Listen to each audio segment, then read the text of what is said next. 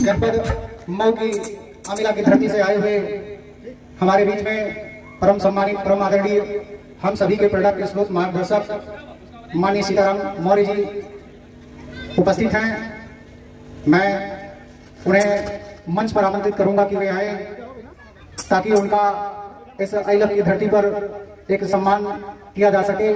इसके लिए मैं आवाज देता हूं अपने युवा साथी प्रद्युम्न मौर्य जी का कि वे प्रद्युम्न मौर्य जी माननीय अतिथि जी का स्वागत करें। हम सभी के बीच अभी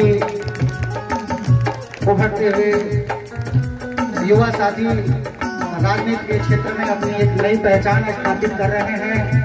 मैं अतिथियों को तालियों के साथ सम्मान करें।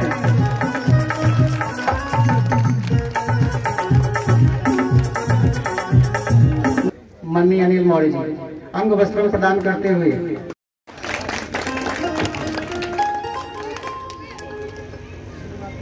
तालियों से जोरदार स्वागत करिए अतिथियों का।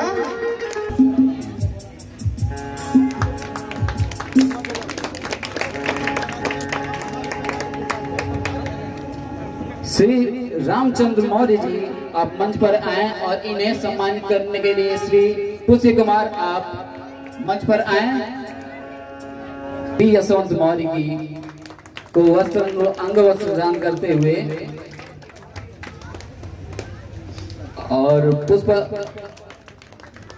माला अर्जित करते हुए माननीय अशोक मौर्य जी रानीपुर इंटर कॉलेज में प्रवक्ता जी।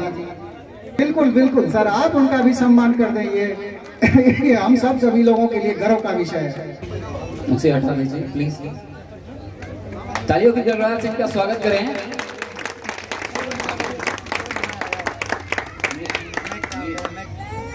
तालियों की गड़गड़ाहट से इनका कृपया स्वागत करें।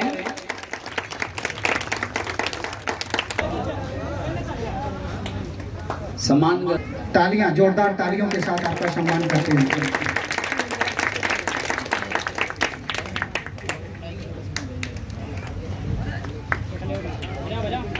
श्री सुभाष मौर्य जी आप मंच पर आए।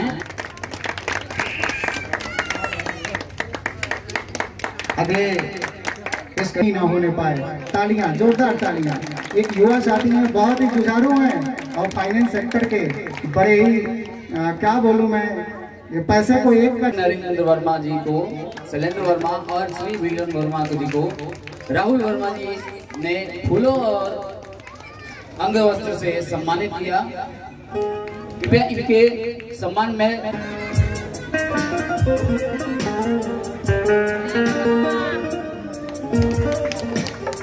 जोरदार तालियां। वर्मा सर का सम्मान मंच पे उपस्थित आयोजन की जो पानी से नहाते हैं वो कपड़े बदलते हैं, हर जो पसीना से नहाते हैं वो एक दिन इतिहास बदलते हैं।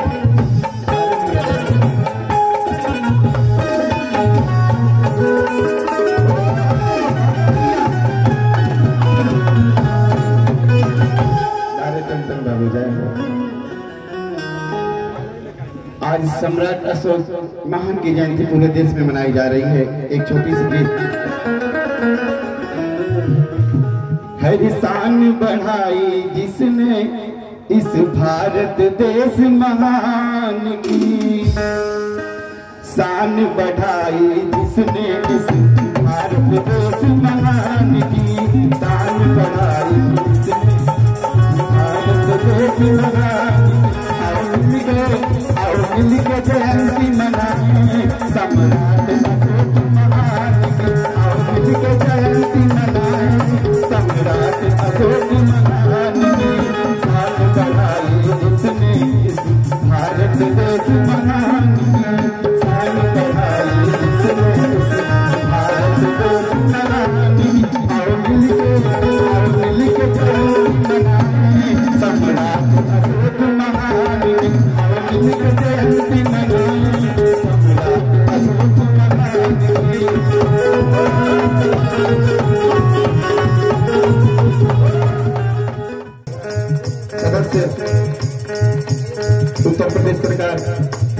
आदरणीय रजनीकांत मौर्य भैया जी की तरफ से ये प्यार भरा 501 रुपए का पुरस्कार रहा।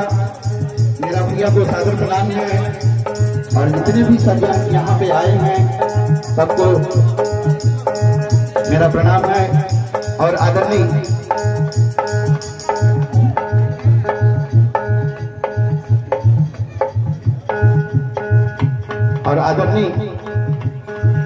नगर पंचायत तमिला से कर्मठ ईमानदार जुझारू एवं सुयोग आपका अपना चेयरमैन पद प्रत्याशी सीताराम कुशवाहा जी की तरफ से भी ये दोबारा 101 रुपये का पुरस्कार सम्मान रहा। चरणों में कोट सनवन है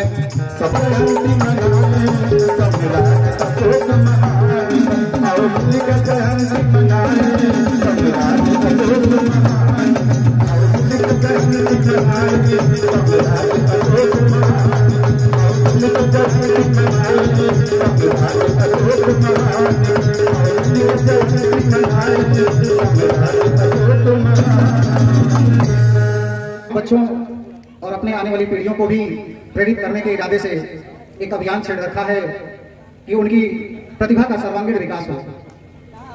इसी क्रम में इन लोगों ने बच्चों का उत्साहवर्धन करने के लिए एक निबंध प्रतियोगिता का आयोजन किया था, जिसमें बहुत सारे बच्चों ने प्रतिभाग किया था।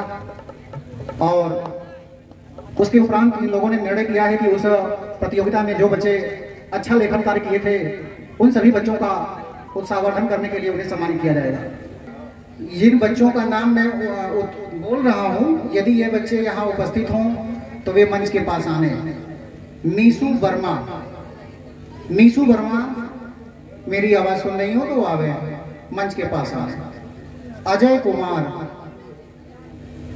संतराज यादव, अजय कुमार, सोनल सिंह, कुमारी पूजा।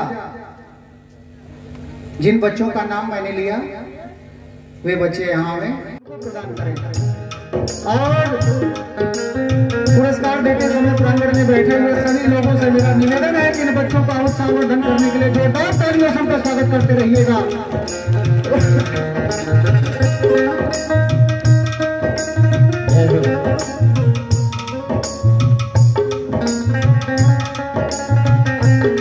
ये बच्चे हमारे भारत के भविष्य हैं। जी जय गुरु, ताली बजाते रहें। रजनीकांत भाई आप भी सहयोग करें हमारे बड़े।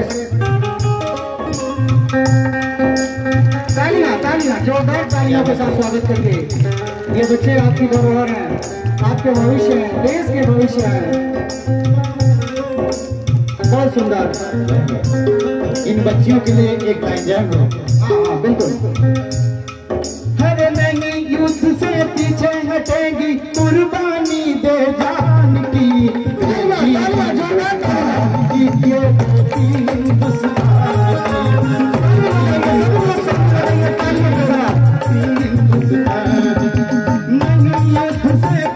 हटेगी कुर्बानी दे जान की, नहीं युद्ध से पीछे हटेगी कुर्बानी दे जान की।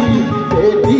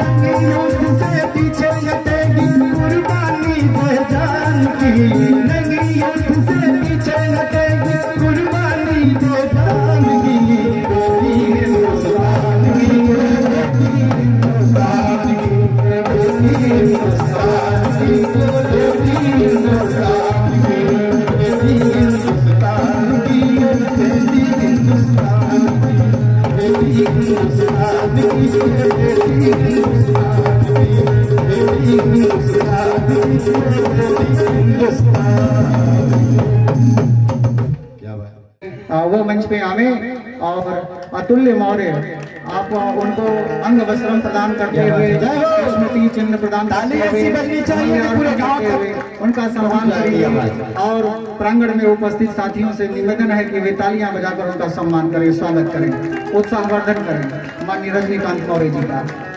हमारी भी बहुत बहुत कोटि कोटि शुभकामनाएं हैं कि आपका जीवन आगे बढ़े, आप सफलता की सीढ़ियों पे चढ़ते रहें और इस देश का, इस समाज का जो कल्याण कर सकते हैं उनके लिए कल्याणकारी कार्यक्रम। मौर्य जी प्रवक्ता महोदय को आवाज देता हूं कि वो भी आने, वो भी विज्ञान के ही छात्र हैं। अब देखते हैं कि इनमें क्या निकल के आता है। आइए माननीय अशोक मौर्य जी। बहुत बहुत धन्यवाद सर। यहाँ की धरती पर उपस्थित आज के इस गौरवमयी क्षण में हमारी रगों में प्रवाहमान सम्राट मौर्य के इस जन्म दिवस पर मैं अशोक कुमार मौर्य जौनपुर की धरती से, कार्य क्षेत्र मऊ से अइलक के सभी विभूतियों का हार्दिक वंदन एवं अभिनंदन करता हूं।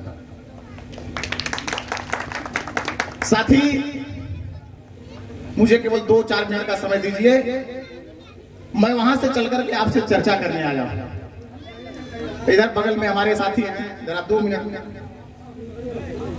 समय दें। पहली बात तो यह जो एक अलौकिक कार्यक्रम है, अइलक जैसी धरती पर इस तरह का कार्यक्रम हो रहा है, इसके लिए यशवंत भाई, इसके लिए मैं यहाँ की धरती पर उपस्थित यहाँ के आयोजक मंडल को ढेर सारी बधाई देता हूं। इनकी मैं भूरी भूरी प्रशंसा करता हूं। क्यों? मेरा कहना केवल यह है कि नए घरों में पुरानी चीजें कौन रखता है, कि नए घरों में पुरानी चीजें कौन रखता है, शहरों में परिंदों के लिए पानी कौन रखता है। ये तो अइलक की धरती है, ये तो अइलक की धरती है। संभाले है ऐसी संस्कृति को, संभाले है ऐसी विरासत को, वरना आज के जमाने में बुजुर्गों की निशानी इतने सलीके से कौन रखता है। साथ ही आज का जो कार्यक्रम है सीधे सीधे हमारे सम्राट पर केंद्रित है, तो मैं केवल उन्हीं पर चर्चा करूंगा। लेकिन मैं आज के परिवेश से जोड़ना चाहूंगा। यहां पर शिक्षित वर्ग भी हैं, हमें पालने वाले कृषक वर्ग भी हैं, आसमान में उड़ान भरने के लिए तत्पर हमारे युवा साथी भी यहां पर मौजूद हैं। जब हम थक हार करके आते हैं, जिनसे हम प्यार मोहब्बत करते हैं, हमारे नौनिहाल बच्चे भी यहां पर हैं। मैं इनको साक्षी मान करके आज कहना चाहता हूं, संविधान से लेकर के सरकार तक, केंद्र से लेकर के हमारे घरों तक, ईसा पूर्व से लेकर के ईसवी सन तक, जो सारी संस्कृति, जो सारी विचारधारा, जो व्यवस्था चल रही है, वह सम्राट अशोक की देन है। हो सकता है कि इससे आप एग्री ना करें, या केवल कहने की बात नहीं है। साथ ही हम आज के जमाने में जो भी काम करें, एक कदम अपना आगे बढ़ाएं तर्कों के आधार पर। विदाउट लॉजिक कुछ नहीं। लॉजिक है तो उसको मानिए, तर्क नहीं तो सारी चीजें बेतर्क हैं, सारी चीजें बेतर्क हैं। बेटा आज तो नहीं समझ में आएगा, लेकिन जब मेरे जगह पे आओगे तब समझोगे कि तर्क क्या चीज थी। सम्राट अशोक एक शासक था जो आज राजनीतिक परिक्षेत्र में एक चर्चा है अखंड भारत की, अतुल्य भारत की, इनक्रेडिबल इंडिया की। साथियों, अगर आप जानना चाहेंगे तो देन किसकी है? सम्राट अशोक की। अखंड भारत की परिकल्पना कहां से आई? पहली बार अगर भारत को एक सूत्र में पिरोने का काम किसी ने किया, सबसे बड़ा राजवंश देने का काम किसी ने किया, भारत की सीमाओं को तोड़ करके सुदूर दक्षिण से लेकर उत्तर तक, पूर्व से लेकर पश्चिम तक पहुंचाने का अगर कार्य किसी ने किया तो सम्राट अशोक ने किया। इतना बड़ा परिक्षेत्र, इतना बड़ा राजवंश, इतनी बड़ी सीमा किसी राज क्षेत्र में नहीं थी। और आज हम परिचर्चा क्यों कर रहे हैं? अशोक पर नहीं कर रहे हैं, क्योंकि अशोक अशोक नहीं है।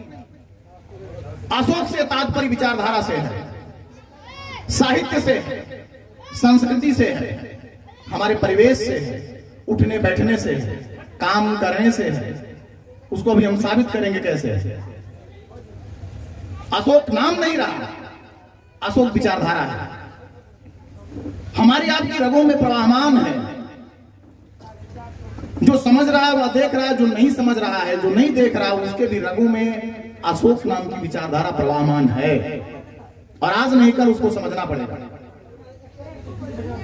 अशोक को याद किया जाता है उनकी धम्म की नीतियों के कारण, उनकी राजनैतिक नीतियों के कारण, उनके लोक कल्याणकारक नीतियों के कारण।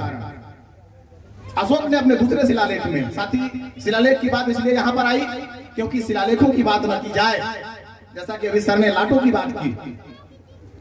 लाट क्या है, शिलालेख क्या है, मैं एक लाइन में आपको बताता हूं कि यह पहला ऐसा शासक हुआ जिसकी विचारधारा को भी आज तक किसी ने न पढ़ा और न तो वहां तक चलने का प्रयास किया। अभी लोग अशोक को समझ रहे हैं, पढ़ नहीं पाए। उनकी लाटों को फर्स्ट ऑफ ऑल 1837 में जेम्स प्रिंस महोदय ने पढ़ा जरूर, अशोक की लाटों को पढ़ा, अशोक को नहीं पढ़ा। क्योंकि अशोक को पढ़ना, पढ़ करके उनकी विचारधारा का अनुपालन करना, उनके नक्शे कदम पर चलना युगों की बात है, सामान्य बात नहीं है।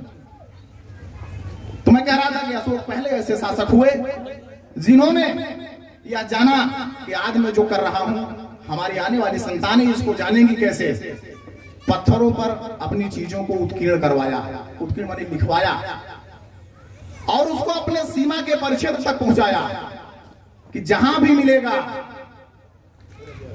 उसका एक प्रमाण होगा कि ऐसा कोई शासक हुआ था जो लोक कल्याणकारी शासन की व्यवस्था दिया था। और उसी लोक कल्याणकारी शासन की व्यवस्था आज आपके समय में चल रही है। अशोक ने स्वयं पूछा, क्योंकि अशोक का मानना यह था, जैसे यहाँ पर जितने लोग बैठे हुए हैं, अभी अंग्रेजी में बात की जाए, हिंदी में बात की जाए, बहुत सारे हमारे ऐसे बुजुर्ग बंधु नहीं समझ पाएंगे, तो मैं उनसे चर्चा करने आया हूँ, क्योंकि अशोक ने भी ऐसी चर्चा किया था। उस समय पाली भाषा का प्रभाव था, आम जनता पाली भाषा को समझती थी, भाषा माध्यम होती है। उन्होंने उस भाषा को विचार बनाया और पूछा अपने दूसरे शिलालेख में कि हम धम्म, धम्म क्या है, व्हाट इज द रिलीजन। फिर अपने ही उन्होंने उत्तर दिया, अपा सिनवे, बहु के आने, दया दाना, सचे सोचवे, माधवे साधवे च, पाली भाषा में लिखा हुआ है। यहां पर हमको आशीर्वाद देने वाले लोग बैठे हुए हैं कि आपा सिनवे, अल्प मात्रा में आप पाप करें, अल्प मात्रा में पाप करें, बहु के आने, बहुत कल्याण करें, कल्याण बहुत करें, अल्प मात्रा में पाप करें, बहुत कल्याण करें, दया और दान की बात करें, दिखावे की नहीं, दया दान की बात करें, सच्चे, सत्यता पर आधारित हो, जो आपका काम हो वह सत्यता पर आधारित हो, साधवे, साधुता हो, सच्चे सोचवे, माधवे साधवे च, मंगल की भावना हो, साधुता की भावना हो, कल्याण की भावना हो। और आपको भरोसा नहीं होगा, इसी लाइन का उल्लेख भाषा बदल करके हमारे संविधान में किया गया है, अनुच्छेद 26 से लेकर के 51, उसका उल्लेख ऐसे किया गया है कि राज्य के नीति निर्देशक तत्व बताए गए हैं जो राज्य के ऊपर बाध्यकारी होते हैं कि जनता का कल्याण होना चाहिए, जनता का कल्याण होना चाहिए। और उस कल्याण की सोच अशोक अपने समय में किए हैं। धर्म की सहिष्णुता की बात आती है, जिसको अभी आपने उसके उद्देशिका में पढ़ा, पंथ निरपेक्ष शब्द की बात की गई है। साथी, वह पंथ निरपेक्ष की बात अशोक अपने समय में कर चुके थे। संप्रदायवाद की बात नहीं थी वहां पर, सारे संप्रदायों को एक मानते थे। आज अगर उस धर्म की बात करेंगे तो उन्होंने लिखा हुआ है, उसमें उनके शिलालेख में लिखा गया है कि धर्म को सीमांत राज्यों तक पहुंचाएं, जो आपके राज्य पड़ोसी हैं उनके वहां तक पहुंचाएं। और आज हमारे देश के माननीय प्रधानमंत्री वही कर रहे हैं। ध्यान दीजिए, विभिन्न देशों में जाकर के आज हिंदू राष्ट्र की संकल्पना की जो बात करते हैं वह किसकी देन है? अशोक की देन है। उन्होंने उस समय अपने समय में लोगों को बताया कि सीमांत राज्यों में भी आपके धर्म का प्रचार होना चाहिए। तो साथी, अगर हमारा देश उनकी बातों का, उनकी नीतियों का अनुसरण कर रहा है, हमारे देश के बाहर लोग उनकी नीतियों का अनुसरण कर रहे हैं, हमारी आपकी वह धरोहर है, उस धरोहर को संभालना हमारा आपका काम है। हमको आपको उनका अनुसरण करना होगा। एक मजे की बात मैं आपको बताऊं, उन्होंने अपने शिलालेख में यह भी लिखवाया है, जन कल्याण ही नहीं, इंसान का ही कल्याण नहीं, पशु पक्षियों का भी कल्याण होना चाहिए। चिकित्सा की व्यवस्था उत्तम करवाई थी उन्होंने। जो आज गायों की व्यवस्था हो रही है सरकार के द्वारा, अशोक ने अपने समय में पशु पक्षियों की चिकित्सा की व्यवस्था उस समय करवाई थी। तो जो सोच आज इंप्लीमेंट हो रही है, अशोक अपने समय में कर चुके थे। उस सोच के लिए एक बार आप जोरदार ताली बजाइए कि पूरा आइलफ यह समझ जाए कि अशोक की चर्चा हो रही है, उस विचारधारा की चर्चा हो रही है। अशोक शिक्षा है, संस्कृति है, हमारा कल्चर है। और कोई भी कल्चर तब पूरा होता है, कोई संस्कृति, कोई संस्कार तब पूरा होता है। हम संस्कारों की धरती से हैं। आप सारे कार्यक्रम करते हैं, कुछ भी करते हैं, वहां आपका परिवार उपस्थित होता है। इतना बड़ा कार्यक्रम है, इसमें मैं देख रहा हूं आपके परिवार के जो मेन सदस्य होते हैं, मातृशक्तियां यहां पर उपस्थित नहीं है। लेकिन मेरी आवाज जिन घरों तक जा रही है, मेरी आवाज जिन घरों तक जा रही है, मैं यह मानता हूं वो मातृशक्तियां यहां पर उपस्थित हैं। मैं उनके चरणों में भी अपना हार्दिक वंदन नमन अर्पित करता हूं और उम्मीद करता हूं अगला कार्यक्रम जब हो तो ये आगे की जो पंक्तियां हैं उनसे भरी हो। अच्छा, उनका भाई समय पूछ ले, क्योंकि समय की सीमा में रहना ही आज का परिवेश कहता है। तो साथी, अशोक ने शिक्षा की व्यवस्था दी, हर व्यक्ति शिक्षित होना चाहिए। अब यहां पर एक प्रश्न ये उठता है कि हम अशोक को माने क्यों? अशोक को नहीं मानना है, अशोक तो नाम ही काफी है, लेकिन जो उनकी विचारधारा है, जो उनके दिए हुए संस्कार हैं, शिक्षा के क्षेत्र में, संस्कृति के क्षेत्र में, सारे क्षेत्रों में उनका अनुसरण करते हुए चलें। और शिक्षा, जैसे हमने एक बात कही ना, तर्कों पर बात करिए। अगर किसी विषय में तर्क नहीं तो फिर उसको मानिए मत, तर्क नहीं तो मत मानिए। हमारे बड़े बुजुर्ग बैठे हुए हैं, हम आप आज के मौसम को पढ़ने के लिए मोबाइल खोलते हैं, टेलीविजन खोलते हैं, किताबें देखते हैं। ये क्या करते थे? आसमान की तरफ देखते थे, लग रहा है कि आज मौसम कुछ गड़बड़ होगा। क्यों दादाजी? यही बात है ना। तो इनके पास तर्क होता था, आसमान में बादल नहीं तो बारिश नहीं होगी। आज हमारा मौसम विज्ञान भी इतना कर देता है कि आसमान में बारिश, बादल नहीं लेकिन बारिश करवा देता है। तो सोचिए, इनका तर्क प्रभावशाली है। आज के परिवेश में अगर आप यहां बैठे हैं तो अशोक के लिए आज एक आप संकल्प यह लेंगे, शिक्षा की कोई उम्र नहीं होती, पढ़ने के लिए कोई किताब नहीं होती। हर समाज से, हर जगह से आप शिक्षा ग्रहण करेंगे और यह भी संकल्प लेंगे कि बच्चों को अपने पढ़ाएंगे जरूर, क्योंकि बिना शिक्षा के कुछ होने वाला नहीं है। वह किसी भी समुदाय का हो, किसी भी वर्ग का हो, किसी भी जाति का हो, किसी भी क्षेत्र का हो। मैं साथी बता दूं, अगर मैं जौनपुर से चल करके यहां पर आया हूं और आपको लोगों के सामने चर्चा कर रहा हूं, तो मैं ये चाहूंगा कि मेरे माता पिता के लिए एक बार जोरदार तालियां बजाएं। ये तालियां अगर उनके चरणों तक जाएंगी तो मुझे सुकून मिलेगा। ये उनकी काबिलियत है, उन्होंने मुझे इस योग्य बनाया कि मैं यहां पर खड़ा हूं। ये केवल शिक्षा में दम है, दूसरा कोई दम नहीं है। जो हमारे युवा साथी यहां पर खड़े हुए हैं, जो शिक्षा ले रहे हैं, आप यह समझिए, आइलफ जैसी धरती पर यह कार्यक्रम हो रहा है। अगर यहां हो सकता है तो सारी चीजें संभव है, सारी चीजें संभव हैं, कोई भी चीज असंभव नहीं है।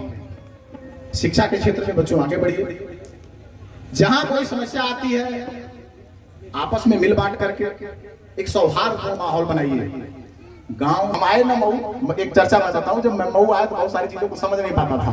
दयाद मुझे समझ में नहीं आया कोई दयाद माने क्या होता है।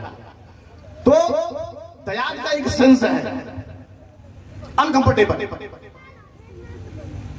असहयोगी, लेकिन साथ ही हमको आपको ये परिभाषा बदलनी होगी। हम आप मिलकर के इस परिभाषा को बदलें, व्यवस्थाओं को बदलें। बदलाव कहीं और से नहीं आएगा। हमारे देश का प्रधानमंत्री हमारे घरों में बदलाव करने नहीं आएगा। माहौल आप बनाते हैं, खाने में परिवर्तन हो जाता है, तो क्यों ना हम अपने घरों से बदलाव करें, क्यों ना हम शिक्षा की शुरुआत वहीं से करें। शकील आजमी का एक शेर याद आता है बच्चों के लिए, जो पढ़ने वाले हैं उनको लिए, कि परों को खोल जमाना उड़ान देखता है, परों को खोल जमाना उड़ान देखता है, क्या जमीन पर बैठ करके आसमान देखता है। हुनर है, ऐसा नहीं हुनर किसी के पास नहीं है, कि परों को खोल जमाना उड़ान देखता है, क्या जमीन पर बैठ करके आसमान देखता है। हुनर है, हुनर है, हुनर है तो हुनर की हिफाजत कर, हुनर है तो हुनर की हिफाजत कर, संभल के चल तुझे सारा जहान देखता है। ऐसा नहीं है कि आपको कोई नजर में नहीं रखता, नजर में रखता है। नजरिया बदलने की जरूरत है साथी। हमारे पास भी नजर है, आपके पास भी नजर है, नजर सबके पास है, लेकिन उस नजर का महत्व तब है जब हम आप नजरिया बदल देंगे। नजरिया बदल देंगे तो जानिए क्या बदलेगा, नजारे बदल जाएंगे। नजर को नजर की नजर से न देखो, नजर को नजर की नजर लग जाएगी। नजर को नजर की नजर से न देखो, नजर को नजर की नजर लग जाएगी, और नजर को नजर की नजर लग गई तो आई लाख तुम्हारी नजर बदनजर कहलाएगी। तो साथियों, यशवंत जी का बड़ा आभार रहा है मेरे ऊपर, कि इनके कारण मैं आप लोगों के बीच में आया, आप लोगों ने बड़ा प्यार सम्मान दिया, बड़ी मोहब्बत दी। आपकी ये मोहब्बत दिलों में नहीं समेट पा रहा हूं। बहुत सारे मंच मिले, बहुत जगह बोला, लेकिन आज अपने परिवार के बीच में बोल रहा हूं, अपनों के बीच में बोल रहा हूं, अपनों की बात बोल रहा हूं, अपनों के लिए बोल रहा हूं। मैं एक शिक्षक हूं, शिक्षक होने के नाते भी मेरा ज्यादा प्रभाव यही रहता है कि मैं शिक्षा पर ही बोलूं, शिक्षा से जुड़े बातें करूं। आप लोगों का सहयोग ऐसा होना चाहिए कि अगर कोई बच्चा पढ़ना चाहे तो उसके पढ़ाई में पैसे की बाधा नहीं आनी चाहिए। आप संकल्प लीजिए कि अगर कोई योग्य बच्चा है, वह पढ़ना चाहता है, तो पैसे की बाधा उसकी पढ़ाई में नहीं आनी चाहिए। जब आपका समाज, आपका समुदाय, आपका घर, आपका परिवेश तभी विकास कर सकता है जब आप शिक्षा को आगे बढ़ाएंगे। दूसरा कोई हथियार नहीं है, दूसरा कोई हथियार नहीं है।